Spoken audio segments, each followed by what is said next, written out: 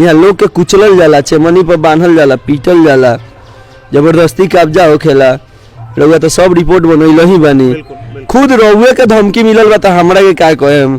जब रउए के धमकी मिलल मन चाहा पैसा फेंकल जाता आ पैसा फेंक के चाहता लोग की वोट तूड़ के आ फिर हम अपना भाई के जिता दी, उनकर इहे काम हो।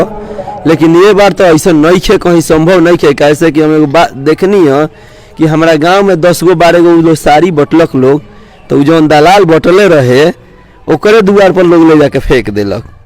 उ रउआ के पैसा नहीं खे देत, उ 5 साल कीनता।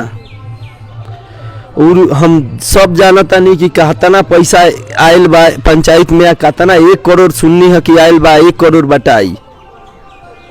तो उ बटाई ऐसे बटाई कि उस सीट वही जगह रह जाओ।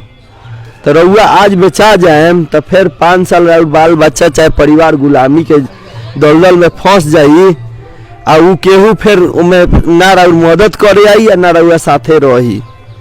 तो ये से पैसा ओकरा मुंह पर मारी आ ओकरा के जवाब वोट के द्वारा दी। हम ये कहेम कि बरस छाप के इतना चमका दी, इतना बरस छाप के चमका दी कि घर घर हर घर से बरस छाप के वोट गिरो। जगह हम हर घर खातिर काम करे नी, तेगा हर घर के लोग हमरा खातिर मदद करो आ सहयोग करो कि हम जीती।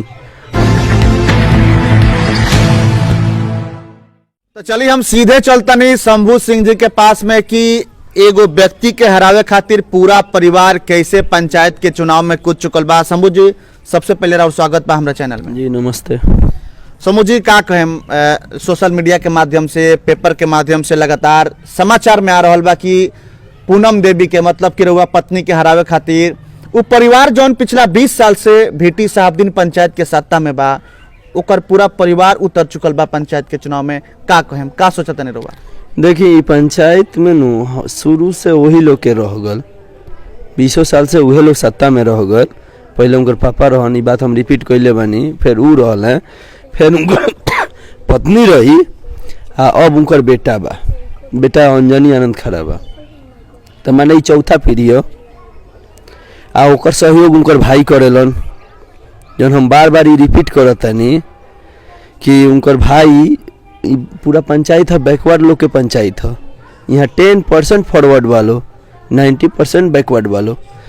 तो के बैकवर्ड लोग पर हमरा राज करे के बा, तो उनकर भाई हमेशा उनका साथे खड़ा बाना, देखावे लन कि हम उनकर खिलाफ बनी। लेकिन उनकर भाइये उनका के जितावे के मेन जैसे संजीवनी बूटी के काम करता रहे, उहे माने घर घर जाके साड़ी बांटता रहे, पैसा बांटता रहे। ओकर वीडियो भी आइल बा हमारे पास में कि साड़ी बांटता रहे। पिंटू सिंह जौन की वर्तमान जनप्रतिनिधि के भाई होवन, सागा भाई होवन, और पिछला 20 साल से खानदान सत्ता में बा। हाँ सत्ता में बा।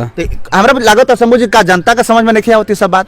जनता के समझ में आवता, लेकिन का हो कि कुछ लोग के लालच दे के आ गुमराह को के जहाँ मुँह मन चाहा पैसा फेंकल जाता आ पैसा फेंक के चाहता लोग की वोट तूड़ के आ फिर हम अपना भाई के जिता दी, उनकर इहे काम हो।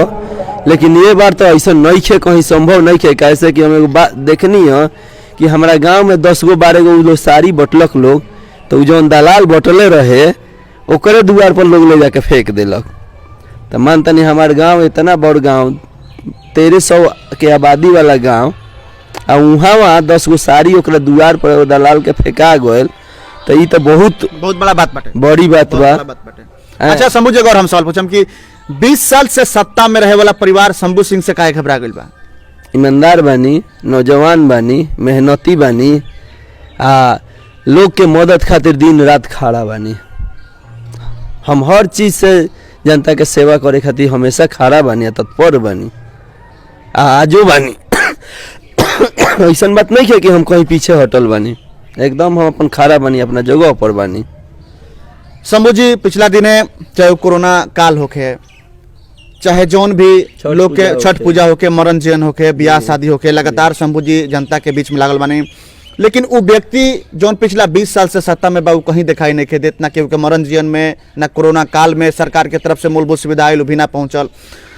तो कहीं ना कहीं शंभू जी के जौन योगदान रहल बा भीटी साहबदीन पंचायत में अब तक, का ये योगदान से और मेहनत से और काम से ही परिवार पूरा तरीका से एक्वायर हो गया? घबरा गइल बा, इतना घबरा गइल बा कि आज से 3-4 दिन पहले हमार गांव के नुनिया हमें वहाँ डॉक्टर हमें उनका लगे दुआर पर जाके हाथापाई कर लेलक।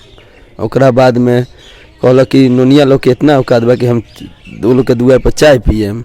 ए तरीका से सब अब शब्द वहाँ तो औरत सब टाइट हो गई सत वहाँ से भागल गए, वहाँ गोली मारे के धमकी देवल गल बा, थाना में FIR भी भइल बा। अभी तक माने 20 साल से मुखिया बा तो जवान परिचय तो बानू जी, तो ये से वो FIR अभी तक दर्ज भी ना भइल। FIR दर्ज ना भइल अभी तक वही में पड़ल, आवेदन दियल गइल बा। हाँ वही में पड़ल गइल बा।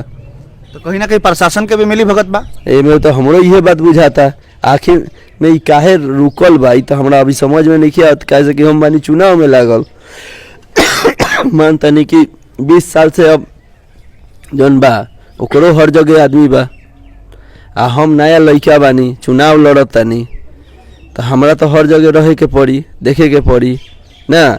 पहलहू हमरा जान से मारे के धमकी आयल, दोनों भाई मिल के देलक लोग, उससे हमरा कोनो दिक्कत तजुर्बा देखबे कोई नहीं। पहले राउर इंटरव्यू भी चल रहा है, झगड़ा भी भय रहे, अब आगे देखल जाओ का होता है। लेकिन फिलहाल अब सब कुछ जनता के हाथ में बा। लेकिन शंभू जी हम जाने के चाहते हैं कि इतना बेचैनी कवना बात के कि प्रत्याशी के जान से मारे के धमकी दिया था, आम जनता के द्वार पर जाके गोली से मारे के धमकी दिया था, ये बेचैनी क्या से बा? ये बड़ा साफ नहीं, बड़ा डेंजर है, साफ साफ कर देता कचरा जहाँ भी जाता। आपकी लागत रहा कि बरस जौन बाकी काई साफ करी 20 साल से जौन काई लागल बा ओकरा के एकदम रगड़ के साफ करल जाता, बरस से एकदम साफ हो गइल। हमारे गांव के लड़का है, यहाँ के विरोध करनी तो यहाँ के धमकी मिलल कि तारा बेटा के उठा लम बतियाली।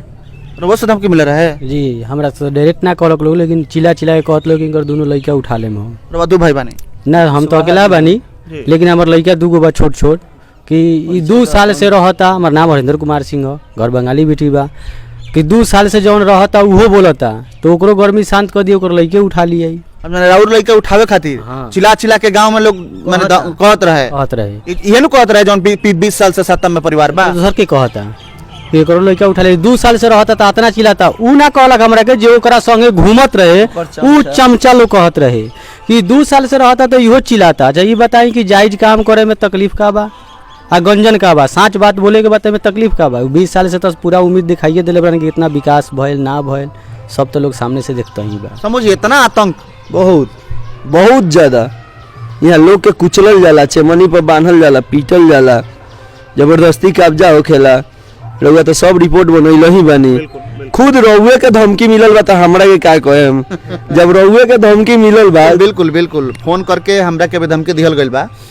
लेकिन शंभू जी एगो और हम सवाल पूछम रउआ से, चुनाव के मात्र 3 दिन बचल बा, जनता से का कहेम? हालांकि रउआ लगातार कैंपेनिंग कर रहल बानी, लगातार जनता से मिल रहल बानी, लगातार जनता के दुख सुख में अपन साथ दे रहल बानी, अब जनता से का कहें? मात्र 3 दिन के बाद चुनाव हुई, मतलब कि आज काल परसों के बाद चौथा रोज चुनाव होके वाला बा, का कहें? हमारा यह जनता से निवेदन बा कि केहू से गुमराह नहीं होखे के, उ रउआ के पैसा नहीं खे देत, उ 5 साल कीनता, और हम सब जानता नहीं कि कहतना पैसा आयल बा पंचायत में, कहतना 1 करोड़ सुननी है कि आयल बा 1 करोड़ बटाई, तो उ बटाई ऐसे बटाई कि उस सीट वही जगह रह जाओ।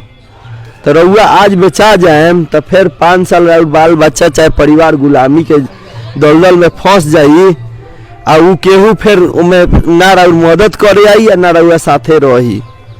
तो ये से पैसा ओकरा मुंह पर मारी आ ओकरा के जवाब वोट के द्वारा दी। हम ये कहेम कि बरस छाप के इतना चमका दी, इतना बरस छाप के चमका दी कि घर घर हर घर से बरस छाप के वोट गिरो।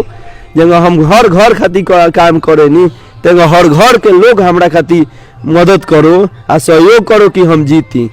हम लोग से मदद मांगता नहीं कि हमरा के चुनाव में विजयी बनाओ, आ एगो मौका दो हमरा के ताकि हम खड़ा उतरी। हम बेटा बने आयल बानी, मालिक ना।